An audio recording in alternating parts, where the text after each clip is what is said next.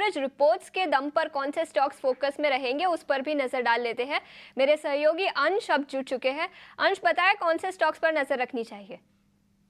जी बिल्कुल, सबसे पहले शुरुआत करेंगे डॉक्टर लाल पैथ से। और यहाँ हम देख रहे हैं कि गोल्डमैन सैक्स की रिपोर्ट आई है और उन्होंने सेल की रेटिंग को बरकरार रखा है। टारगेट प्राइस भी 2200 से घटाकर 2150 कर दिया है, जो कि 8% नीचे है अभी करंट मार्केट प्राइस से। ये जो घटा है इसका मेन रीज़न है कि जो वॉल्यूम ग्रोथ है वो काफ़ी म्यूटेड रही है, फेवरेबल बेस रहने के कारण भी, और गाइडेंस भी देखा जाए तो ग्रोथ भी प्री कोविड लेवल से भी नीचे रहने की आशंकाएं है। एबीबी इंडिया पे जेफरीज की रिपोर्ट है और इन्होंने बाई की रेटिंग को बरकरार रखा है। टारगेट प्राइस भी 6250 से बढ़ाकर 8845 कर दिया है, जो कि कुछ 22% ऊपर है करंट मार्केट प्राइस से। इनका कहना है कि 49% जो प्रॉफिट आया है वो मेनली मार्जिन के वजह से ड्राइव हुआ है, और साथ ही साथ जो ऑर्डर फ्लो है वो पिकअप होने के चांसेस भी है इलेक्शन के बाद, जो कि सेकेंड हाफ है ईयर का।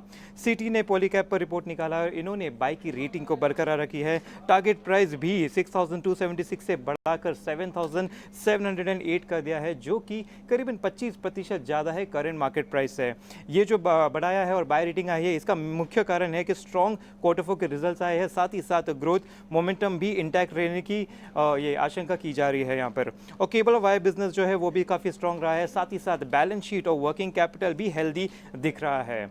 जेफरीज की रिपोर्ट है टीसीआई एक्सप्रेस पे और इन्होंने बाई की रेटिंग को बरकरार रखा है, लेकिन टारगेट प्राइस को 1980 से थोड़ा सा काट कर 1825 कर दिया है। लेकिन अभी भी करंट मार्केट प्राइस से ये जो टारगेट है वो कुछ 65% ऊपर नजर आ रहा है। इसका मेन रीज़न ये है कि उनका कहना है कि वॉल्यूम बॉटम आउट हो चुके हैं, ग्रोथ रिकवरी आ सकती है। साथ ही साथ जो इन्होंने कैपेक्स किया है FY24 में वो सिर्फ 46 करोड़ था एज कम्पेयर टू 80 करोड़, तो काफ़ी कैश यहाँ पे कंजर्व होता हुआ नजर आया है।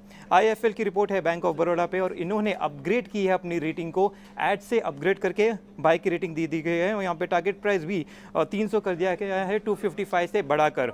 यहाँ पे हम देख रहे हैं कि करंट मार्केट प्राइस इनका जो टारगेट है वो करीब 25% ऊपर है, और इसका मुख्य कारण है कि NIM अच्छे से एक्सपांड हुए हैं और वो स्टेबल रहने की भी यहाँ पे आशंका की जा रही है। साथ ही साथ स्टॉक जो ट्रेड कर रहा है वो 40% डिस्काउंट पे ट्रेड कर रहा है कंपेयर टू SBI।